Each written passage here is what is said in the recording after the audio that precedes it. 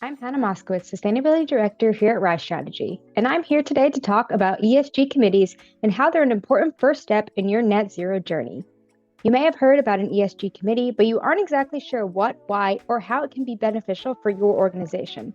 Today, we'll explore why starting an ESG committee is not just a strategic choice in your organization, but also a necessary step in driving innovation and sustainable growth in today's business environment. Let's start out with what an ESG committee even is. ESG stands for Environmental, Social, and Governance, and the committee is part of a group of employees who are focused on all of these pieces. In most cases, there is already an internal company commitment, even if not formalized, that's prioritizing ESG or one of the other areas within ESG. Sometimes organizations may decide to name their committee a sustainability committee or a carbon committee, something like that, but of course that's fine too. Successful committees often include representatives from all different departments, job types, and levels within your organization, so they're all different diverse viewpoints from all around your organization. Depending on your company's size or commitments, you may decide to start or expand into specialized committees that align with your overarching ESG goals, such as ones who may be focused on greenhouse gas emissions or waste reduction measures, or a combination of both. All organizations are, of course, different, so it's not a one-size-fits-all approach, so make sure that you're flexible and adapt as needed. Jumping right in here, the first reason to start an ESG committee within an organization is to accelerate results. An ESG committee can bring together individuals with diverse expertise within your organization, and their multidisciplinary approach ensures a comprehensive understanding of the business's carbon footprint and the most effective strategies for emissions reductions within your specific organization. By assigning specific responsibilities to committee members, such as maybe tracking emissions, implementing initiatives, and monitoring progress, this will allow for clear accountability within your organization. This, of course, also helps to ensure the emission reduction goals are met and that the business remains focused on sustainability as a whole. The next reason here to start an ESG committee is to allow for a holistic assessment of your organization.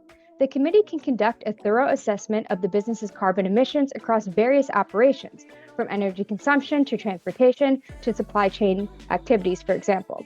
The holistic approach enables the identification of key areas where emissions can be identified throughout your entire organization. With a comprehensive understanding of what the business's carbon profile is, the committee can develop a tailored emissions reduction plan. This plan may include energy efficiency measures, adoption of renewable energy, waste reduction, and sustainable sourcing practices. The committee's ongoing monitoring and adjustment of the plan ensures that the business remains on track to meet its emissions reduction targets. And finally, the third reason to start an ESG committee within your organization is to encourage employee engagement. Involving employees in the carbon committee fosters a culture of sustainability within the organization.